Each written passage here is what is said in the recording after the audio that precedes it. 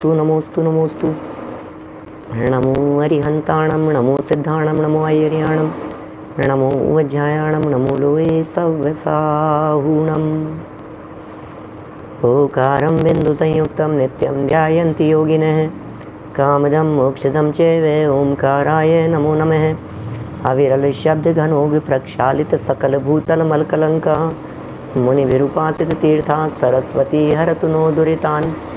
अज्ञानतिमिरान्धानां ज्ञानाञ्जनशलाकया चक्षुरुन्मिलितं येन तस्मै श्रीगुरुवे नमः। श्रीपरम गुरुवे नमः। परम्पराचार्य गुरुवे नमः। सकलकलुषविध्वंसकं श्रेयसां परिवर्धकं धर्मसम्बन्धकं भव्यजीवमनः प्रतिबोधकारकं पुण्यप्रकाशकं पापप्रणाशकमिदं शास्त्रं श्रीसंयमप्रकाशनामधेयम्।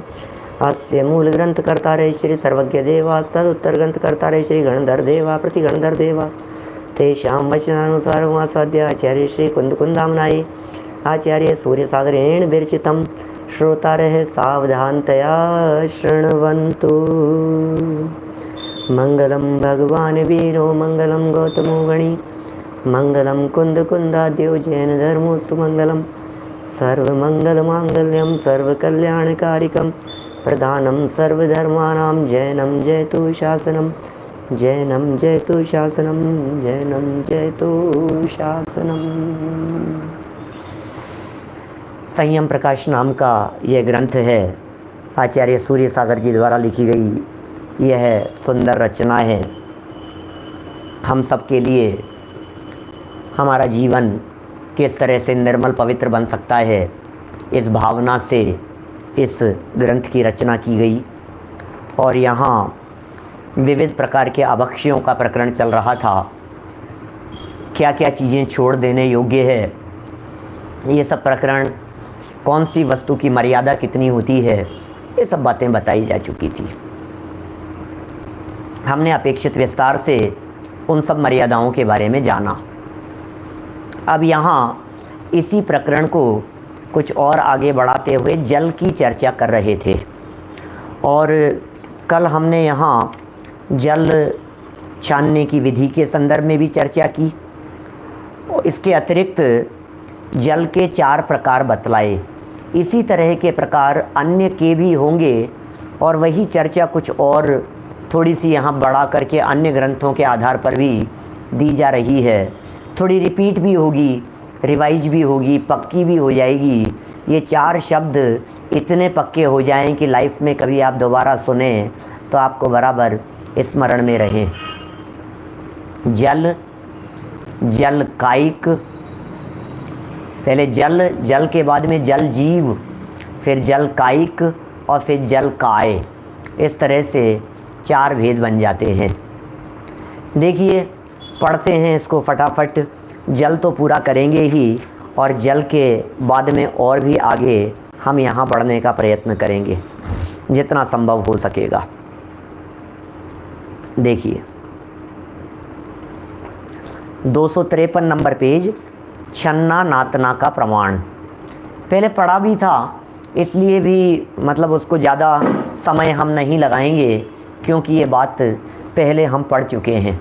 फिर भी देखिए, षट्त्रिंशदंगुलं वस्त्रं तावदेव च विस्तृतं निश्चिद्रं द्विगुणीकृत्य तोयं तेन तु गालयेत्। जल के छानने का छन्ना नातना 36 अंगुल लंबा, 36 अंगुल है ना, और उतना ही चौड़ा हो, छिद्र रहित हो, मोटा हो, जिसे दोहरा करने पर सूर्य का प्रतिबिंब नज़र न आवे, फटा न हो, पुराना न हो, रंगीन न हो। ऐसे वस्त्र को 2 परता माने दोहरा करके, कितनी बातें कह दी है देखो आप। माने उसको यदि रिपीट करो, मतलब डबल करो उस कपड़े को, तो डबल करने पर सूर्य का प्रकाश उसमें से छनना नहीं चाहिए। क्या सूर्य का प्रकाश उसमें से दिखे नहीं, ऐसा ये दोहरा कर लेने पर ऐसा होना चाहिए। फिर ये कह रहे हैं, और फटा नहीं हो, पुराना नहीं हो, रंगीन नहीं हो, कितनी तरह की बातें उसमें लगा दी है। चाहे जिस कपड़े से थोड़ी ना आप छान लेंगे। फिर यत्नाचार पूर्वक जल छानना चाहिए। पश्चात जीवानी को कड़ीदार बाल्टी से जल के स्थान पर पहुंचा देना चाहिए।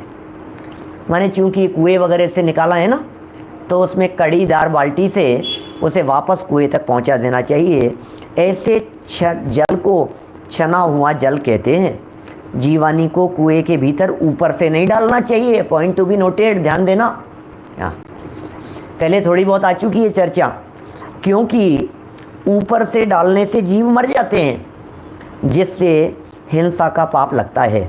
ऊपर से विलछानी डालने से हवा से उसके जीव मर जाते हैं। दूसरे, यह जल जब ऊपर से कुएं में गिरता है तब इसकी टक्कर से वहाँ के जल का एक जीव भी नष्ट हो जाते हैं। अतः जीवानी को जिस स्थान से जल आया हो वहाँ पर भिजा देना चाहिए। यह जैनियों का प्रथम कर्तव्य है। जहाँ से जल आया है वहीं पर दे देना चाहिए। क्या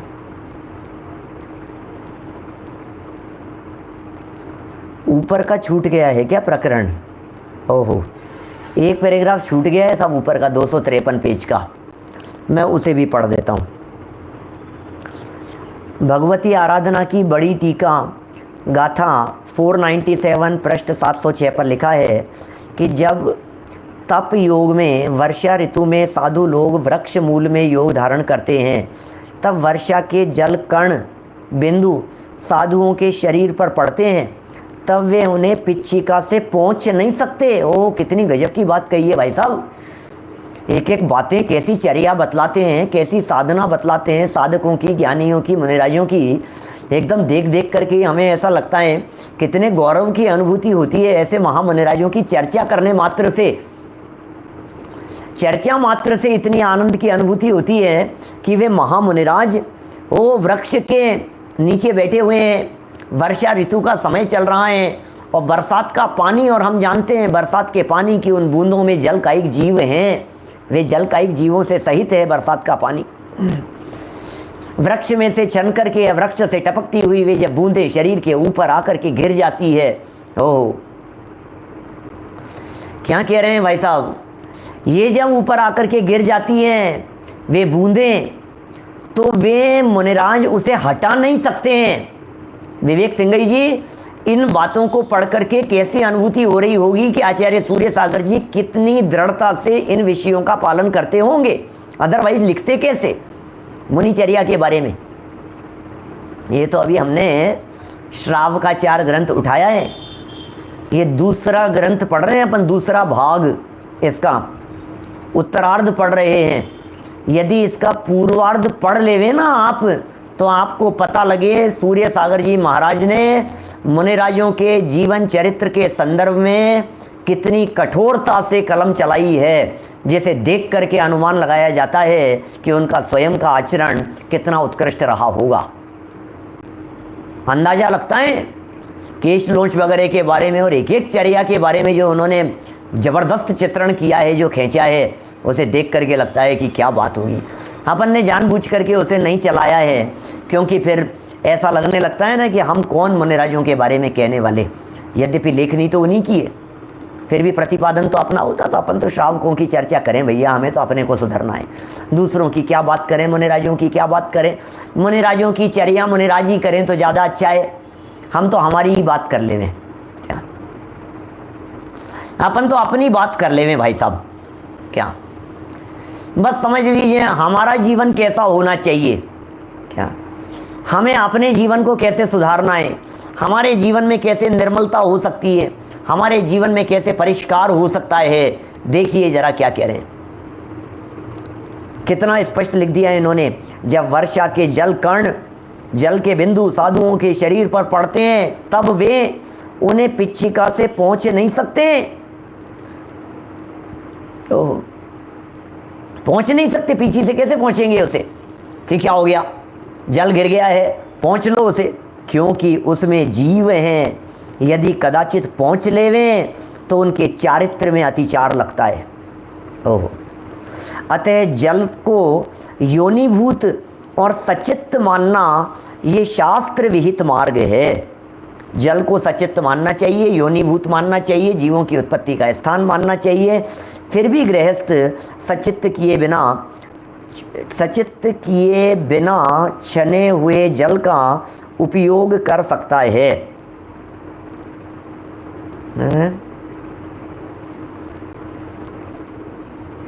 अचित्त किए बिना आना चाहिए।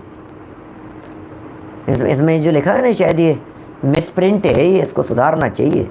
फिर भी गृहस्थ अचित्त किए बिना, माने उसे अचित्त नहीं किया उस जल को, और छने हुए जल का उपयोग कर सकता है, और यह उसकी पद मर्यादा है। कहा भी जितनी उपशमित कषाया उतना व्रत तप बताया। सचित्त नहीं अचित्त कर लेना यहाँ, अचित्त किए बिना, अचित्त नहीं किया उसे। अचित्त नहीं किया का मतलब ये नीचे बतलाएंगे अचित्त किस तरह से किया जाता है। उसे गर्म नहीं किया, क्या अचित्त करने का मतलब क्या है? उसे गर्म कर लेना, उसमें लौंग वगैरह डाल देना। नीचे आने वाली अभी पढ़ेंगे अपन, रिपीट होगी बात। लेकिन फिर भी बोले अचित्त तो नहीं किया, लेकिन छान लिया था उसे, तो बोले छने हुए पानी का आप उपयोग कर सकते हो, बिना अचित्त किया हुआ भी कर सकते हो। लेकिन मुनिराज नहीं कर सकते हैं, जब तक वो अचित्त नहीं हो तब तक उसका उपयोग मुनिराज नहीं कर सकते हैं। ये उसकी मर्यादा के संदर्भ में बात कही। चलिए, नातने संबंधी बात अपन ने यहाँ पढ़ ली है, ठीक है ना।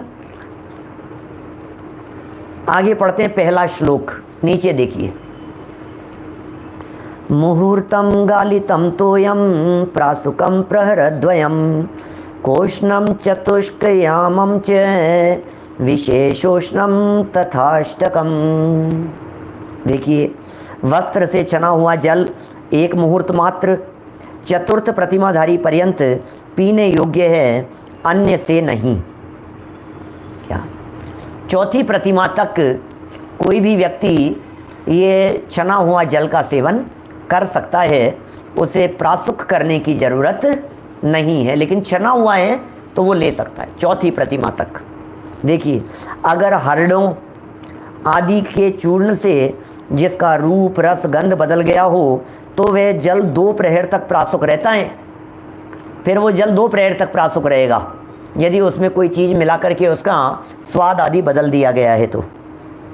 कुछ गर्म किया हुआ जल 4 प्रहर और खूब गर्म किया हुआ जल 8 प्रहर तक प्रासुक रहता है।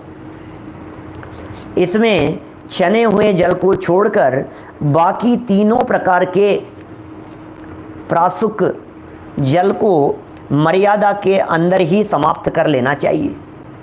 क्या? क्योंकि मर्यादा के बाद उसमें अनंत सम्मूर्छन निगोदिया जीव पैदा हो जाते हैं। देखो, ये बहुत बढ़िया बात कह रहे हैं। उतना ही प्रासुक कीजिए, उतना ही उबालिए, उतना ही लीजिए जितना आप ख़त्म कर सकें। आजकल पता है एक और नई परंपरा डेवलप हो रही है, मैं बताता हूँ आपको।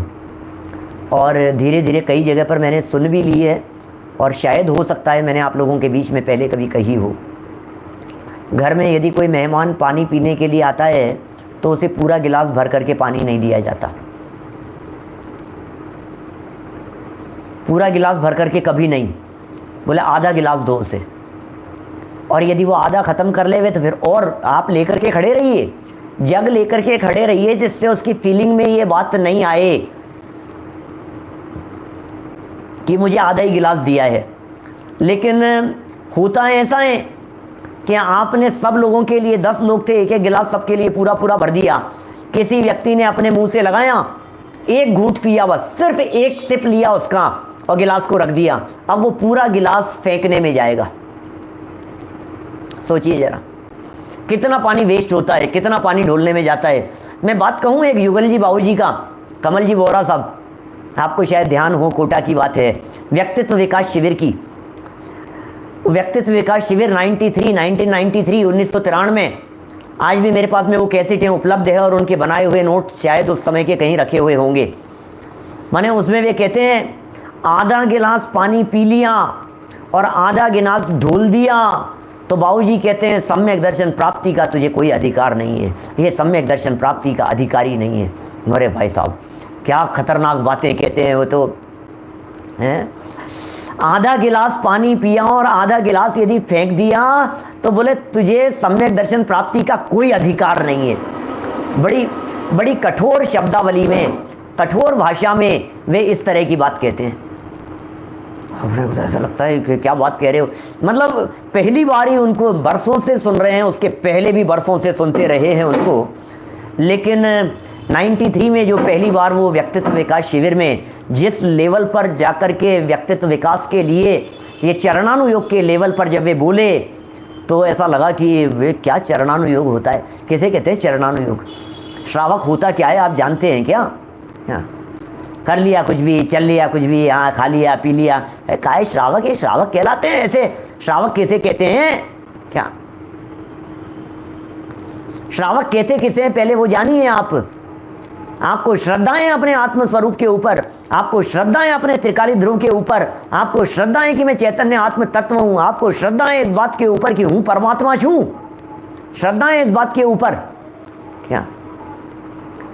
मैं आपसे पूछना चाह रहा हूं, यदि आप अपने आप को आत्मा स्वीकार करते हैं, सच में यदि ये श्रद्धा आपके ऊपर है, अपने आप के ऊपर है, तो जीवों के प्रति करुणा का परिणाम भी आपके ऊपर होना चाहिए, आपके मन में होना चाहिए, आपके हृदय में होना चाहिए, वो करुणा का भाव भी होना चाहिए। नहीं होता है। बहुत बातें हैं, बहुत बातें हैं। विचार विवेक के लिए कहता हूँ, बहुत दृढ़ता से कहता हूँ, प्रतिज्ञा लेने से पहले 100 बार सोचना, लेकिन मेरे कहने से भावुकता में आकर के छोड़ मत देना। विचार करना, निभाएंगे, दृढ़ता से निभाएंगे, ऐसा पालन करेंगे, ऐसा सोचेंगे, इसके बारे में विचार करेंगे। ठीक है, चलिए क्या कह रहे हैं देखिए। कह रहे हैं कि आपने 5 किलो पानी उबाल करके रख लिया और काम में आपके 2 किलो ही आना है, तो क्या होगा? 2 लीटर पानी आपके काम में आना है और 5 लीटर पानी आपने उबाल करके रख लिया, तो 3 लीटर पानी का क्या करेंगे फिर बचे हुए का? कह रहे हैं आगे, कह रहे हैं उसकी मर्यादा के बाद वाला जो है ना, मर्यादा समाप्त होने के पहले पहले ख़त्म कीजिए उसको। यदि मर्यादा के बाद भी वो रहा तो उसमें अनंत सम्मूर्छन निगोदिया जीव पैदा हो जाते हैं और इससे वह जल जमीन पर भी ढोलने योग्य नहीं है। क्या करोगे आप? और रखने योग्य भी नहीं है, क्योंकि ढोलने से अनंत जीवों की हिंसा होगी और रखने से अनंत जीवों की उत्पत्ति होती है। करें क्या? बतलाइए तो सही आप। क्या क्या बताएं? माने वो हिंसा हो रही है उनकी, वे रखे रखोगे तो उत्पन्न होते रहेंगे और यदि फेंक दोगे तो वो मर जाएंगे जीव। तो करना क्या है? अब क्या करें यार, ये तो फंस गए हम। नहीं फंसे नहीं हो, उतना ही लीजिए जितना आप यूज़ में ले सकें, जितना आप उपयोग में ले सकें, ख़त्म बस। क्या आते हैं उसे मर्यादा से पहले ही खर्च कर लेना चाहिए। ये 3 प्रकार का जल गृहस्थों एवं मुनियों के ग्रहण करने योग्य होता है। अब ये 3 प्रकार का कौन सा? एक तो जिसका रस रूप गंध आदि मिल गया हो, बदल गया हो, एक तो वो हो गया। दूसरा इन्होंने ये 12 घंटे की मर्यादा की बात कह दी और तीसरा 24 घंटे की मर्यादा वाला। 12 घंटे की मर्यादा वाले में मुझे बहुत ऐसा लगता है कि वो व्यक्तिगत तौर पर ऐसा लगता है कि उसका कोई क्राइटेरिया बनता नहीं है कि ये कितना गर्म हो गया है और कितना रखेंगे और क्या करेंगे, इसलिए फुल गर्म करके 24 घंटे की मर्यादा वाला ही रखना चाहिए अपने को, तो यही सोचना चाहिए। यहाँ पर इतना और जानना आवश्यक है कि वस्त्र से छना हुआ जल सचित्त त्यागी श्रावकों, सचित्त त्यागी ये 5वीं प्रतिमा वाले, क्या सचित्त त्यागी 5वीं प्रतिमा वाले हैं, एवं महाव्रती मुनियों के उपयोग लायक नहीं है। वो उनके उपयोग लायक नहीं है। 5वीं प्रतिमा वाला जीव बिना गर्म किए हुए नहीं लेगा। क्या 5वीं प्रतिमा वाला, उससे पहले वाला छने हुए पानी को उपयोग में ले सकता है। उसके लिए उस पानी को गर्म करना, उष्ण करना जरूरी नहीं है, प्रासुक करना जरूरी नहीं है। माने कोई चीज़ मिला दी है फिर वो प्रासुक हो गया है, उसे उबाल लिया है फिर वो प्रासुक हो गया है, और जब तक उसे उबाला नहीं है और उसका रस अधिक नहीं बदला है तब तक वो जी जो है वो सब उसमें छना हुआ तो है लेकिन वो अप्रासुक है, सचित्त है वो जल, ऐसा कहलाएगा। जैसे भगवान का जो अभिषेक होता है ना, श्री जी का अभिषेक प्रातःकाल, जन्माभिषेक तो नहीं, प्रक्षाल कहना चाहिए उसे, अभिषेक पाठ भी बोलते हैं, प्रक्षाल पाठ बोलते हैं, वो कभी भी सचित्त जल से नहीं किया जाना चाहिए। सचित्त जल से भगवान का प्रक्षाल नहीं होता है, जल अचित्त होना चाहिए। क्या अचित्त का मतलब वो गर्म किया हुआ होना चाहिए, वो गर्म करके ठंडा किया हुआ होना चाहिए वो जल। छने हुए जल मात्र से नहीं, उससे भगवान का प्रक्षाल नहीं होगा। इसे 2 घड़ी प्रथम ही तीक्ष्ण द्रव्यों के चूर्ण मिलाकर या गर्म किया जाने पर 5वीं प्रतिमाधारी श्रावक या मुनिराज के लेने योग्य हो सकता है। क्या यदि उसमें कोई चूर्ण वगैरह मिला लिया है या उसे गर्म कर लिया है, तभी वो 5वीं प्रतिमाधारी श्रावक या फिर मुनिराज उनके लेने योग्य हो सकता है। मतलब सब प्रतिमाधारियों की चर्चा चल रही है, बड़े लेवल की चर्चा चल रही है, लेकिन वो लेवल होना ही है ना अपन लोगों का कभी तो। आज ही यदि आप उसका पालन करने का प्रयत्न करते हैं तो इसमें कौन सी गलती है, आप कर सकते हैं। छना हुआ जल सचित्त है, ना कि प्रासुक। क्लियर कर रहे हैं बात को। छना हुआ जल सचित्त है, ना कि प्रासुक। जो लोग मुहूर्तात गालितम तोयम प्रासुकम इसके आधार से प्रासुक बताते हैं, वे गलती पर हैं। आगम में यह श्लोक निम्न प्रकार से है, आगम में इसे निम्न प्रकार से बताया गया है। मुहूर्तात गालितम तोयम प्रासुकम प्रहरद्वयम उष्णोदक महोरात्रम ततः सम्मूर्छितम भवेत। इसका अर्थ यह है कि छने हुए जल की मर्यादा 1 मुहूर्त तक की है। क्या और प्रासुक जल लवंगादिक से जल का एक एकेंद्रीय जीव रहित हो चुका है। वह 2 प्रहर तक त्रस जीव से रहित है तथा गर्म जल रात दिन अर्थात 8 पहर तक त्रस तथा स्थावर जीवों से रहित है। इसके बाद उसमें त्रस जीव हो जाएंगे। कितना स्पष्ट शब्दों में बात कह दी है ना। माने 24 घंटे की मर्यादा के लिए है, उसमें त्रस जीव भी नहीं है, उसमें स्थावर जीव भी नहीं है। पानी को यदि उबाल दिया गया है तो वो 24 घंटे के लिए त्रस स्थावर जीवों से रहित है और 24 घंटे बाद में उसमें त्रस जीव उत्पन्न हो जाएंगे। आगे छने हुए जल को निम्नलिखित प्रमाणों से सचित्त सिद्ध करते हैं। छने हुए जल को सचित्त सिद्ध कर रहे हैं, प्रमाण दिए हैं यहाँ इस बात को सिद्ध करने के लिए। अनग्निष्क्वमन्यद्वा चेतनादि गुणन्वितं सचित्त विरते धीरेर्नादेयं प्रतिमाप्तये अत्यक्तात्मीय सद्वर्ण संस्पर्शादिकमज्जसा अप्रासुक मथा तप्तं नीरं त्याज्यं व्रतान्वितैः।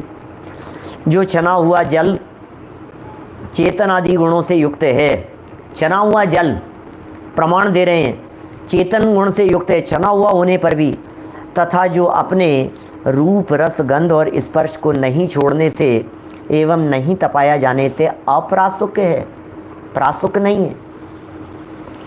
एकेंद्रीय जीव युक्त है, उसे व्रती पुरुषों को नहीं पीना चाहिए। व्रती है भैया, प्रतिमाधारी है, 7वीं प्रतिमाधारी है, 5वीं प्रतिमाधारी है, प्रतिमाधारी व्यक्ति है, एलक शुल्लक है, मुनिराज हैं, उन्हें नहीं पीना चाहिए। क्या पानी उबालने से त्रस जीव का घात नहीं होता है? सामने प्रश्न दिख रहा है। यदि आप बिना छने पानी को उबाल लेंगे तो त्रस जीव का घात होगा। इसलिए पानी को उबालने से पहले यदि आपने छान लिया है, दोहरे छन्ने से उस पानी को यदि छाना है तो वो छना हुआ जल त्रस जीवों से रहित हो गया है और फिर उसको आप उबाल सकते हैं। माने वह जल त्रस जीव रहित है, त्रस राशि से रहित है ना। त्रस जीवों से रहित उसे मानना ही पड़ेगा, अदरवाइज़ तो मांस भक्षण का दोष लगेगा। कितनी बड़ी समस्या खड़ी हो जाएगी। आगे कैसा जल व्रती श्रावक के पीने योग्य है, इस बात को निम्न प्रमाण द्वारा बतलाते हैं। देखिए, नीरत्मात्मीय वर्णादि त्यक्तम द्रव्यादि योगतः तप्तम वाग्नि नादेयम नयनाभ्याम परीक्ष्य भोः। जिस जल का लवंग आदि द्रव्य के योग से अथवा अग्नि द्वारा कर्म करने से रूप रस वर्ण स्पर्श आदि बदल गया हो, उस जल को, अब उस जल के बारे में भी कह रहे हैं, उस जल को आँखों से भली भांति देखकर पीना चाहिए। ऐसे ही मत पी लीजिए, उस जल को भी आँखों से देख करके पीजिए। ऐसा नहीं हो क्योंकि भैया त्रस जीव से रहित हो गया, उसमें किसी तरह का जीव नहीं है, अब आपने उबाल करके रख लिया था, अब बाद में उसमें कोई मच्छर आकर के गिर गया और आपने उसको पी लिया, उसमें कोई चींटी आकर के गिर गई, तो आप उसको कम से कम छना हुआ था, मर्यादा का था, 24 घंटे की मर्यादा वाला था, उबला हुआ था, प्रासुक था, सेवन करने योग्य था, उसके बावजूद भी कम से कम ग्रहण करने से पहले आंखों से देख तो लो। इतना तो विवेक रखो कम से कम, तभी जीव दया पलेगी। शास्त्रकारों ने कहा भी है, सचित्तम नाति योधीमान सर्व प्राणी समायुतम दयामूर्तिर्भवेत् तस्य सफलम जीवितम भुवि। क्या संपूर्ण जीवों से युक्त सचित्त को जो बुद्धिमान नहीं खाता है, उस दया मूर्ति का जीवन संसार में सफल है। ओहो, कौन व्यक्ति सफल है, किसका जीवन सफल है? वो दया मूर्ति व्यक्ति, ऐसा व्यक्ति जो सचित्त का सेवन नहीं कर रहा है। भैया अरे साहब, अभी तो हमारी भूमिका कम है, कोई बात नहीं, उत्कृष्ट पालन करने की भावना भाव और यथासंभव उत्कृष्ट रीति से पालन करने का प्रयत्न करो। रूटीन लाइफ में कर लीजिए, ऐसा आप कर सकते हैं। इस तरह का रूटीन लाइफ में आप उबले हुए पानी पीने का संकल्प ले सकते हैं। संकल्प मत लीजिए, रूटीन लाइफ में चालू कर दीजिए। धीरे धीरे करके महीने, 2 महीने, 6 महीने, साल, 2 साल के अंदर वो आपकी आदत बन जाएगी उसी तरह से। देखिए, चाणियों का चोनीर एकेंद्रिय जानिए, दौलत राम जी क्रिया कोश में कह रहे हैं। इससे सिद्ध है कि कच्चा छना हुआ जल, जो कच्चा जल है, छना हुआ जल एकेंद्रीय जीव युक्त है। राजवार्तिककार अकलंक स्वामी ने भी जो जल के 4 भेद निम्नलिखित निर्दिष्ट किए हैं, उन्होंने भी निर्दिष्ट किए हैं। जल के 4 प्रकार के भेद बतलाए हैं। जल, जलकाय, जलकायिक और जल जीव।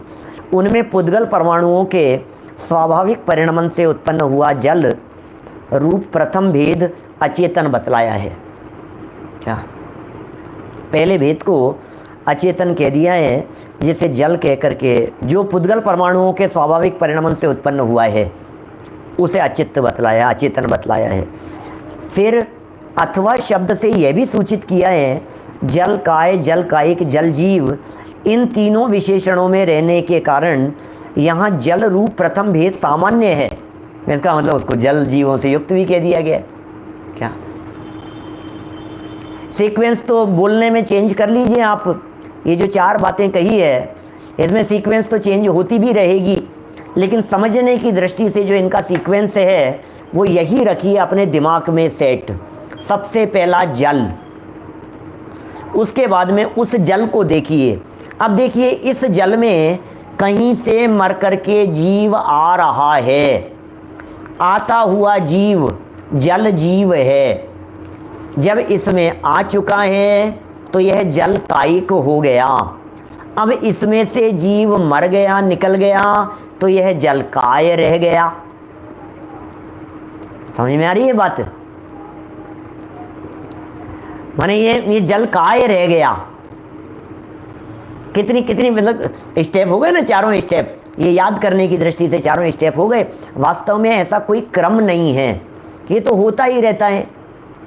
अभी ये पृथ्वी है, अब क्या पता ये पृथ्वी काय है, जल काय है या कायिक है, है या जो भी है स्थिति है, जीव कैसे बनेगी स्थिति, अपन कैसे बतलाएंगे। तो जो भी हो, अपने को तो जल दिखेगा, अपने को अग्नि दिखेगी, अपने को वायु महसूस होगी, अपने को वनस्पति दिखाई देगी, लेकिन उसमें ये चारों में से किसी भी प्रकार की परिस्थिति हो सकती है क्या? ठीक है ना। देखिए क्या कह रहे हैं यहाँ, आगे चले अपन। ये हो गया पुड़वी आऊ तेऊ वाऊ कमोदयण तथेय वण्णच उक्कस जुदा ताणम देहो हवे नियमा। गोमटसार जीवकांड 181 नंबर क्या कह रहे हैं? उक्त गाथा की संस्कृत टीका में कहा गया है कि जल का एक रूप पर्याय धारण करने के लिए विग्रह गति में आता हुआ जीव तो जल जीव है, उसे जल जीव कहते हैं। कल भी हुई थी बात, रिपीट भी हो रही है, याद भी होगी, पक्की भी हो जाएगी, हमें चिंता का क्या काम है, पढ़ते जाइए। और जो जल रूप शरीर को जल कायिक जीव छोड़ चुका है, उस शरीर को छोड़ करके जीव निकल चुका है, अब ये पड़ा हुआ जल जल काय है। इस प्रकार जल के 3 भेद ही किए हैं।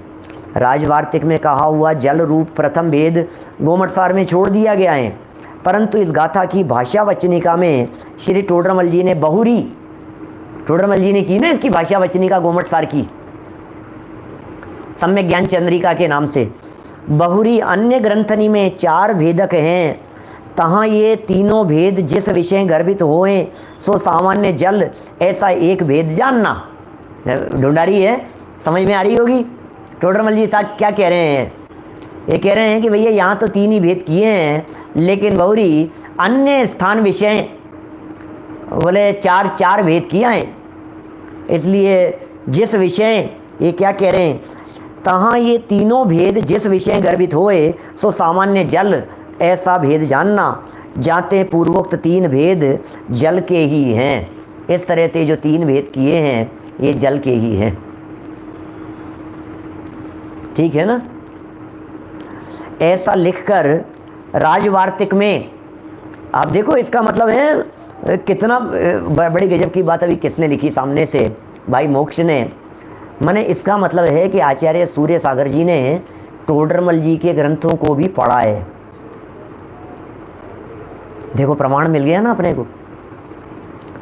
इसका मतलब ऐसा नहीं है, कितने महत्वपूर्ण बात है ये, कितने गौरव की अनुभूति की बात है कि आज आचार्य सूर्य सागर जी ये लिख रहे हैं कि टोडरमल जी ने भी ये लिखा है। इसका मतलब वे भी टोडरमल जी को पढ़े हैं, उन्होंने भी टोडरमल जी के ग्रंथों को पढ़ा है। टोडरमल जी भले ही गृहस्थ थे और ये भले ही आचार्य थे क्या, लेकिन उसके बावजूद भी टोडरमल जी को प्रामाणिक विद्वान के रूप में यहाँ उनके उद्धरण को प्रस्तुत कर रहे हैं। ये कितनी सुंदर बात है। खैर टोडरमल जी को कौन नहीं माने भाई साहब, टोडरमल जी तो व्यक्तित्व ही ऐसे ही हैं। टोडरमल जी को नहीं माने वो तो जैन नहीं हो सकता, दिगंबर जैन नहीं हो सकता। टोडरमल जी को कौन नहीं मानेगा। कोई मुनि हो, श्रावक हो, किसी भी परंपरा का हो, कोई भी साधु, सब मानेंगे, मानना ही पड़ेगा टोडरमल जी को। हमने नहीं बतलाया था, एक दिन आपको वीडियो भी डाला था हमने उसमें टोडरमल जी के संदर्भ में, योगेश मामा, मैंने उसमें अपने प्रमाण सागर जी महाराज साहब ने उन्होंने अपने उद्बोधन में वीडियो में ये बात कही, टोडरमल जी की महिमा गाई, उन्होंने गीत गाए टोडरमल जी के। टोडरमल जी जैसा व्यक्तित्व भाई साहब, क्या जीवन था टोडरमल जी का, टोडरमल जी की कितनी महिमा है। प्रमाण सागर जी महाराज के मुखार बिंद से जब सुनी तो ऐसा लगा कि टोडरमल जी कोई व्यक्तित्व है क्या। और हमें तो मज़ा आता है, हम तो टोडरमल जी को महसूस करते हैं, हमारे माथे पर बैठते हैं टोडरमल जी। देखो क्या कह रहे हैं यहाँ पर, बहुरी, ये पढ़ लिया ना अपन ने, है ना, 3 इसके हैं। ऐसा लिखकर राजवार्तिक में अथवा शब्द से जो कुछ कहा गया है उसे भी स्पष्ट किया है कि मूलाचार में जल के जल, मूलाचार में जल के जल, जल काय, जल कायिक और जल जीव, ये 4 भेद बतलाकर जल और जल काय को अचेतन माना है क्या, जल और जल काय को अचेतन माना है। श्री सरवार सिद्धि वहाँ श्लोक वार्तिक में भी राजवार्तिक के अनुसार 4 भेद माने हैं और कहा भी है। मूलाचार का यहाँ प्रमाण प्रस्तुत कर रहे हैं। देखिए अब ये सब अलग अलग तरह की बातें हो गई। माने एक प्रमाण तो ये मिल गया कि वो जो जल है वो जल अचेतन है, ये राजवार्तिककार कह रहे हैं, अचेतन माना है उनके अनुसार, है ना। लेकिन दूसरा प्रमाण ये भी मिला है कि तीनों के कॉमन भेद को जल कहते हैं, इसलिए अचित्त कैसे कहें उसे, अचित्त भी हो सकता है, सचित्त भी हो सकता है, इस तरह की बात है। हाँ। अब यहाँ ये गोमटसार पढ़ रहे हैं अपन। अब आप सोचो किसी व्यक्ति को ये प्रकरण पढ़ करके ऐसा लगे अरे यार क्या जल जल के बारे में इतना सब कुछ लिख दिया है, इतनी बातें कह दी है यार, ये क्या बातें कर रहे हैं यार, ये क्या जल के बारे में, क्या जल छानना और क्या छान करके पीना। अरे भाई गोमटसार की बातें हैं, अब गोमटसार का भी निषेध करोगे क्या? गोमटसार पढ़ना कि नहीं पढ़ना? क्या गोमटसार पढ़ना कि नहीं पढ़ना? कि नहीं गोमटसार क्या बात कर रहे हो साहब, गोमटसार तो हमारा आगम है, आगम का निचोड़ है गोमट। तो गोमटसार का ही तो हवाला दे रहे हैं, ये मूलाचार का ही तो बात कह रहे हैं। एक जगह पर ला करके रख दी है, बस इतनी सी बातें हैं और क्या है, सारी बातों को एक जगह पर ला करके रख दिया है। देखिए जरा क्या कह रहे हैं। ऊसाए हिम गम हिगाह रणु मुद्दो दगे धनु दगे ते जान आउ जीवा जानिता परिहारे दवा इंगाल जाल अच्छी मुम्मुर सुध भागणी अगणीय ते जानते जीवा जानिता परिहरे दवा। क्या कह रहे हैं भाई साहब? देखिए इन गाथाओं की श्री वसुनंदी सिद्धांत विरचित संस्कृत टीका में क्या लिखा है। अब देखो ये बातें भी जानना कितना जरूरी है। जल का एक जीव कहाँ है, किसको जल कहें भाई साहब? जल का एक जीव कौन सी जगह पर है? हम कैसे माने कि ये जल का एक है कि नहीं है, कि इसमें अब हमारे गिलास में पानी भरा हुआ है उसमें जल का एक जीव है या नहीं है? बहुत सारे लोग पूछते हैं जल का एक जीव को कितना बड़ा मानना चाहिए। वो पूरा जल है, एक गिलास भरा हमने, अब उसमें भी जल का एक जीव, एक मटका भरा हुआ है उसमें भी जल का एक जीव, तो उसमें एक जीव है कि कितने जीव हैं? एक बाल्टी पानी भरी हुई है तब बाल्टी में भी वही, तो फिर ये मतलब एक कुआं है तो कुएं में एक जीव है क्या? जल का एक है क्या? ये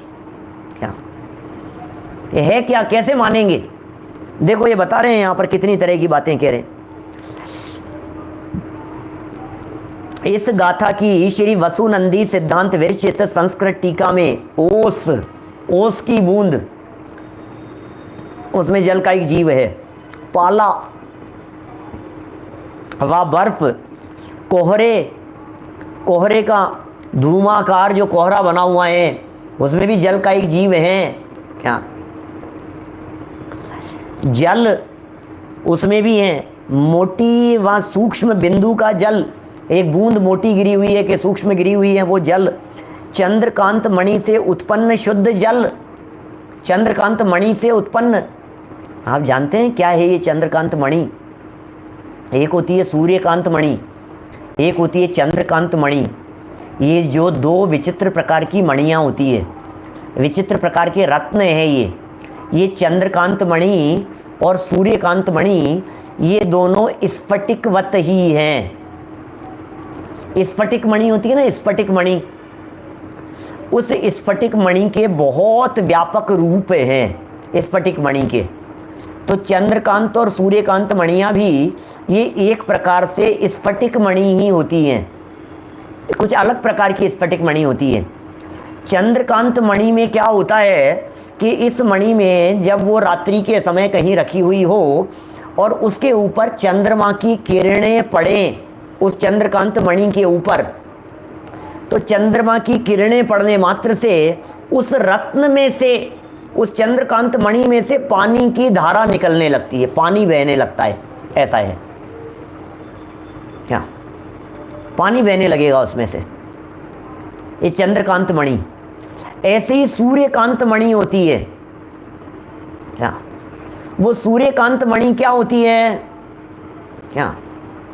वो सूर्यकांत मणि में वो भी स्फटिक ही है, स्फटिक का ही एक प्रकार है, रत्न जैसा ही है, वो स्टोन है। उस स्टोन में उसके ऊपर जब सूर्य की किरणें पड़ती हैं तो वो सूर्यकांत मणि अग्नि की ज्वाला फूट पड़ती है, अग्नि आग की लपटें निकलने लगती है उस मणि में से, ऐसा है, अग्नि जलाने जैसी हो गई वो। सूर्य के बीच में रखो उसको, एकदम ऐसे ऐसे आग स्फुरायमान होगी उसमें से, वो सूर्यकांत मणि है। तो ये विचित्र प्रकार की नई नई बातें हैं। अब ये कह रहे हैं अग्नि, ये जो चंद्रकांत मणि थी, इस चंद्रकांत मणि का जो जल था वो भी जल का एक जीव है, ओस की बूंद भी है। और क्या क्या कह रहे हैं जरा देखिए।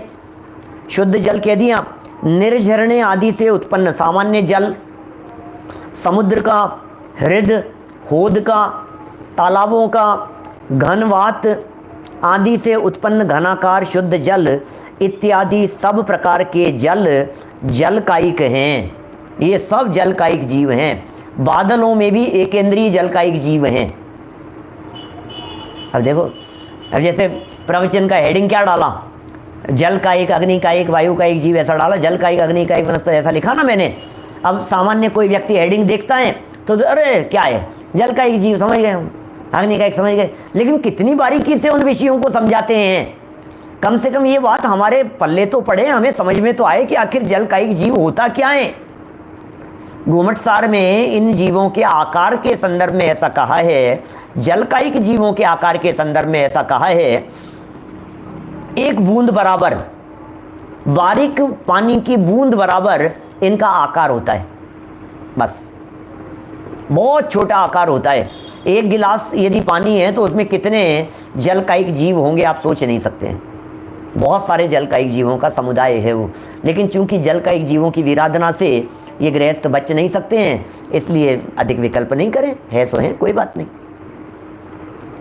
क्या बोलो, क्या करें। अभी ये चंद्रकांत सूर्यकांत मणियों का प्रकरण देखो आप, अभी इसमें आगे अग्निकायिक के संदर्भ में कह रहे हैं क्या, अंगार, जलता हुआ निर्धूम कोयला, ये तो अंगार है, धुआं नहीं है उसमें। आदिक, अग्नि की ज्वाला, उसमें भी अग्नि का एक जीव है।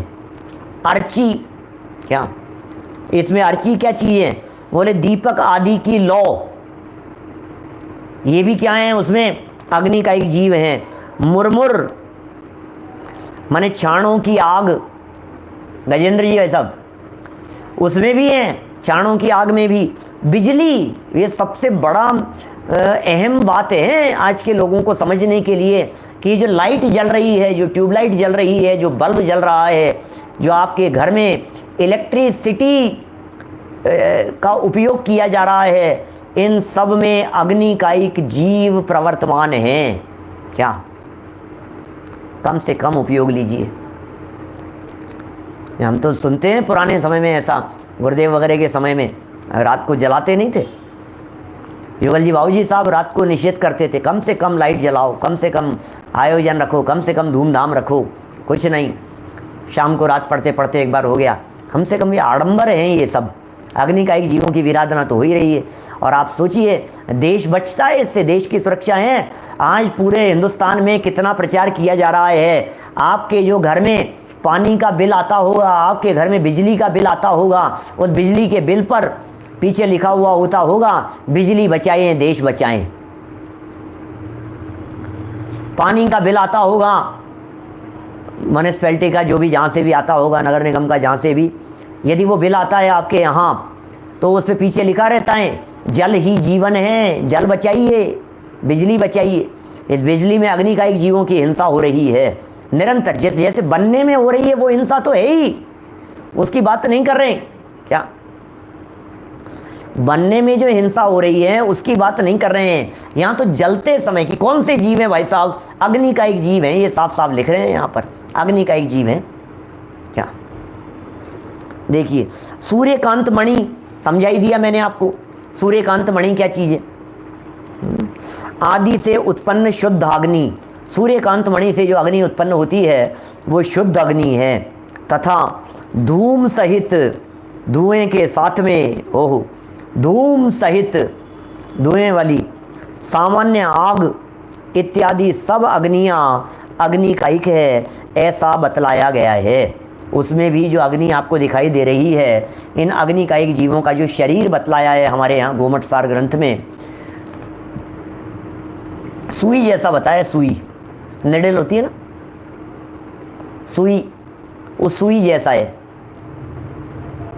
कितनी बारीक बारीक सुइयाँ, चिनगारियाँ जो होती है ना लौ में निकली हुई, तो उस चिनगारी जैसा आकार है।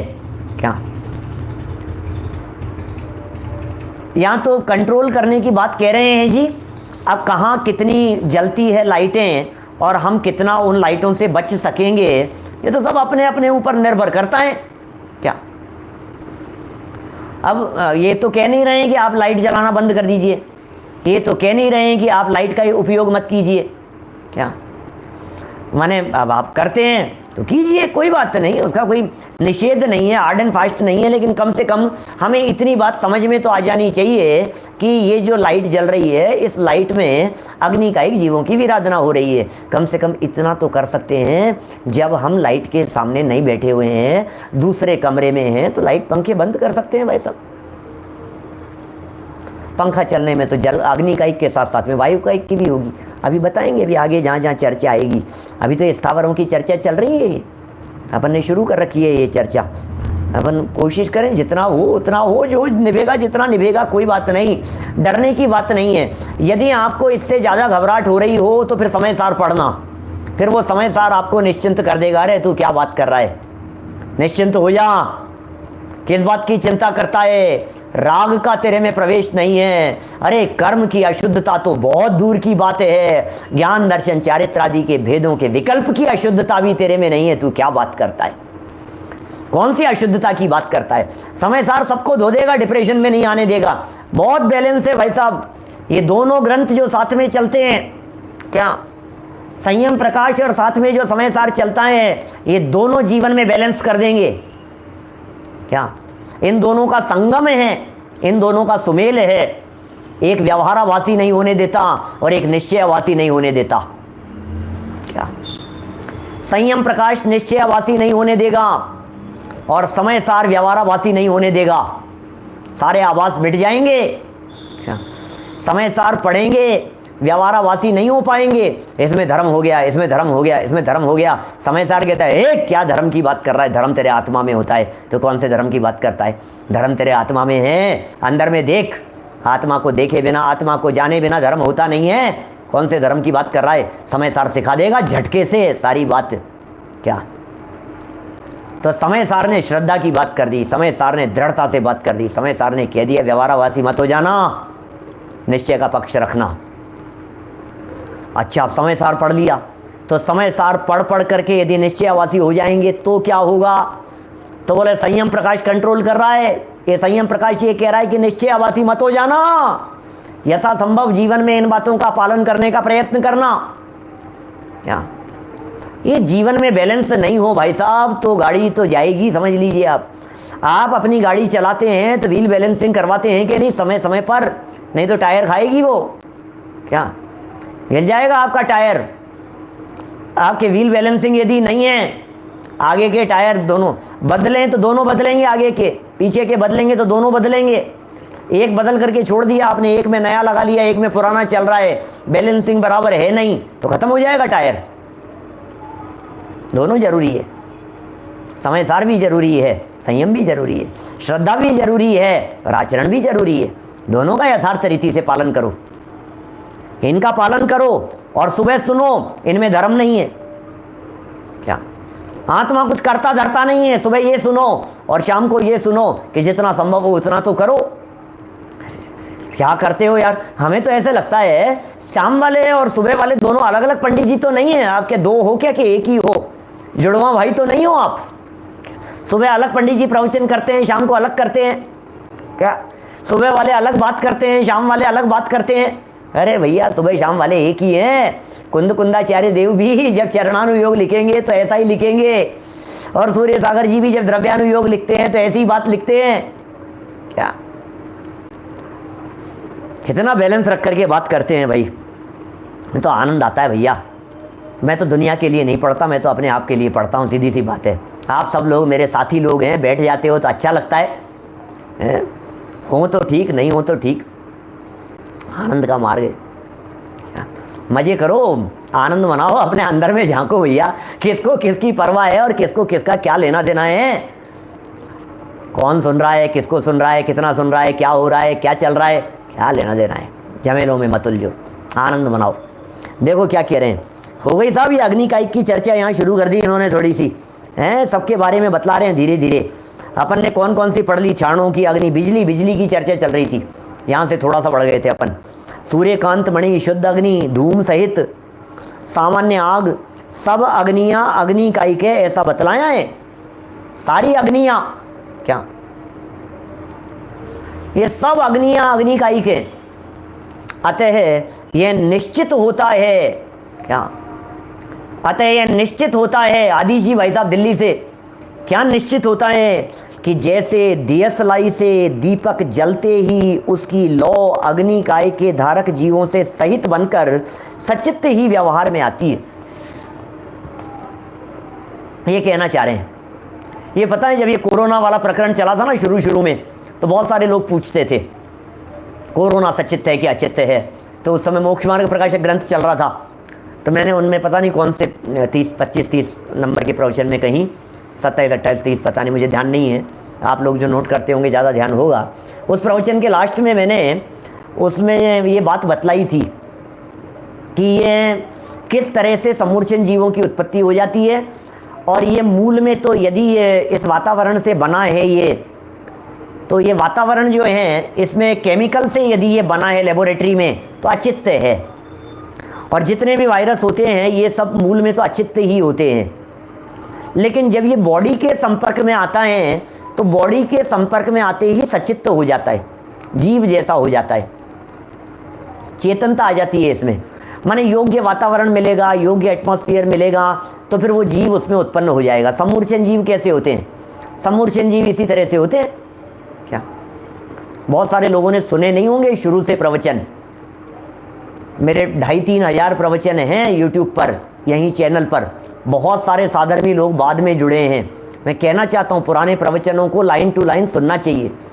बहुत सारे लोग फॉलो कर रहे हैं पुरानी बातों को भी, पुराने मोक्ष मार्ग प्रकाशक को भी लाइन टू लाइन पढ़ रहे हैं, सुन रहे हैं, पुरुषार्थ सिद्धि उपाय सुन रहे हैं। पुरुषार्थ सिद्धि उपाय चालू करेंगे पारस पे। देखो क्या कह रहे हैं हम आपसे, सुनिए, पुराने प्रवचनों को भी सुनिए।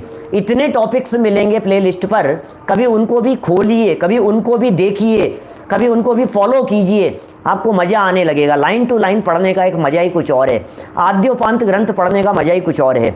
देखो यहाँ जो बात हम कह रहे हैं, अब ये हमने दियसलाई जलाई, माचिस मार्केट से खरीद करके लेकर के आए, अब माचिस को हमने यहाँ जलाया।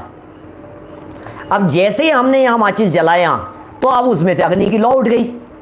क्या, अब अग्नि की लौ उठ गई तो फिर अब उसमें अग्निकायिक जीव बोले मैं चाहे जितने अग्निकायिक जीवों को पैदा कर दूं। सुनो सुनो, हाँ, आप अग्निकायिक जीवों को पैदा क्या कर दो, वो अग्निकायिक जीवों के उत्पन्न होने योग्य यदि वो वातावरण बना तो आपकी वो दियसलाई जल जाएगी। नहीं तो 4 बार घिसे आप फिर भी नहीं जला। ध्यान देना, बहुत इंपॉर्टेंट बात कह रहा हूँ, प्रकरण से रिलेटेड बात कह रहा हूँ। आपने उस दियसलाई की जो मतलब वो क्या कहेंगे उसे, डिब्बी जो आती है ना वो मार्केट में, और या लाइटर जलाया आपने, 4 बार जलाया, चिंगारी नहीं निकली उसमें, आपने इसको किया ऐसा 4 बार किया, तो बोले अभी कहीं से मर कर के यहाँ आने की योग्यता वाला जीव नहीं निकला है, वहाँ से विग्रह गति में नहीं है, और ये आपने जलाया और ये जल गया। इसका मतलब उसी समय कोई जीव विग्रह गति से आकर के यहाँ अग्निकायिक रूप से उसने जन्म ले लिया। ये अग्निकायिक जीव की उत्पत्ति है, ये वातावरण मिला उसे, और समूर्छन जीव है। 1 इंद्रिय से लेकर के 4 इंद्रिय तक के जीव तो नियम से समूर्छन ही होते हैं, तो वातावरण से पैदा हो गया वो वहां। अब ये कृत्रिम पानी बनाया, मान लो H2O मिला करके, अब ये 2 गैस थी, वायु का एक थी दोनों, और उनको मिला करके इन्होंने जल की बूंद निर्माण कर दी। अब ये जो जल बनाए हैं, तो ये जल बनते ही क्या हुआ, अब ये जैसे ही जल बना तो जल बनते ही उसके अंदर जल का एक जीव आ गया, समूर्छन है वो, जल का एक जीव की उत्पत्ति हो गई वहां।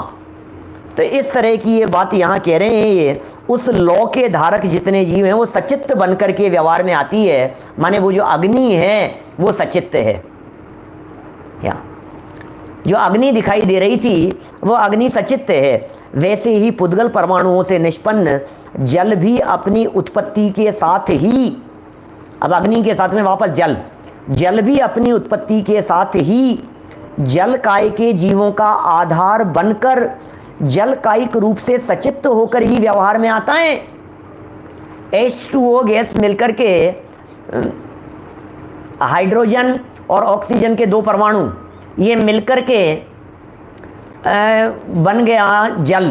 तो जो जल बना है, मतलब सेकंड का भी यदि अंतराल पड़ रहा है, 3 बार आपने घिसा है, सेकंड का अंतराल पड़ रहा है, इसका मतलब उस समय कोई दूसरा जीव मर करके आने की योग्यता वाला तो चाहिए पैदा होने के लिए। नहीं हो रहा है तो आप घिसते रहो, आप 3 मिनट तक घिसते रहे, नहीं जली तो नहीं जली, उसमें क्या है। किसी की आयु बहुत कम थी तो हल्की सी चिंगारी दिखा करके बुझ गया वो। उसकी आयु लंबी थी तो वो जलती रही, वो दियसलाई बुझ गई। उतनी आयु थी उसकी, वो मर गया वो जीव विग्रह गति के अंदर, फिर कहीं और चला गया। ऐसा है स्वरूप। तो इस तरह की बातें इन्होंने और ये सकल कीर्तिकृत सिद्धांत सार ग्रंथ के आधार पर कही है। और भी इसी तरह की बातें हैं, पृथ्वी आदि के संदर्भ में हैं, कुछ नई बातें, कुछ अलग हटके बातें हमें जानने को मिलती है। तो अपन बहुत आगम का आधार लेकर के इन्हें भावपूर्वक पढ़ेंगे, कल विषय को और आगे बढ़ाएंगे। आज की चर्चा को यहीं विराम देते हैं। समय सीमा थोड़ी सी बढ़ गई है, मैं क्षमा चाहता हूँ उसके लिए। और सुबह प्रातःकाल समय सार की सरलतम गाथाएं में चल रही है। अब कल 6ठी 7वीं गाथा का महत्वपूर्ण प्रकरण हो गया। अब प्रातःकाल 8वीं गाथा, व्यवहार की क्या उपयोगिता है, व्यवहार की जरूरत। जिन लोगों को लगता है कि समय सार में व्यवहार की बातें नहीं है, उन्हें कल से 8वीं गाथा का व्याख्यान देखना चाहिए, जिसमें समय सार में व्यवहार की उपयोगिता को बतलाया है, व्यवहार को सिद्ध किया है। ये प्रकरण प्रातःकाल ठीक 9:20 पर आपके बीच में प्रारंभ होगा। कल एक मैंने रात को 9 बजे एक 5-7 मिनट का वीडियो डाला था। शॉर्ट वीडियो है सिद्धों की स्थापना वाला, समय सार के पहले प्रवचन से, इंग्लिश सबटाइटल के साथ में है। तो विदेश में भी बहुत सारे लोग जिनको हिंदी प्रॉपर क्लियर समझ में नहीं आती है, वो भी इंग्लिश सबटाइटल के साथ में कुछ अलग हटके प्रयोग थे उसमें, वो आप उसका लाभ ले सकते हैं। और अभी जनवाणी स्तुति 10 बजे आपसे मिलेंगे पारस टीवी पर। जनवाणी जावाणी के ज्ञान ते सूझे लोकालोक, सोवाणी मस्तक नमो सदा देत हूँ ढोक, सदा देत हूँ ढोक। नमो वर्णम कर्म नमो वरिहंताणम नमो सिद्धाणम नमो आयर्यणम नमो विजय।